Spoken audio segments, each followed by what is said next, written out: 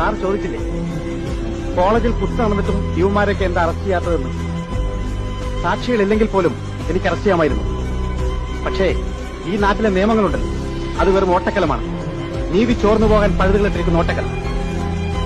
ഒരു കൂട്ടത്തല്ലിനിടയിൽ ഒരുവൻ കൊല്ലപ്പെട്ടാൽ ആരാണ് കുത്തിയെന്ന് തെളിവുണ്ടാവില്ല. അതുകൊണ്ട് അർഹിക്കുന്ന ശിക്ഷ കൊടുക്കാൻ പ്രയാസമാണ്, പ്രത്യേകിച്ചും ശരിയായി സാക്ഷിയില്ലാത്ത സ്ഥിതി. പ്ലാന്റ് മറ്റൊരു ശിക്ഷ എന്താണെന്നറിയാം? തൂക്കിക്കൊല്ലും. ഈ നാട്ടിലെ 90% കൂട്ടത്തല്ലുകളും കൊലകളും പ്ലാന്റാണ്.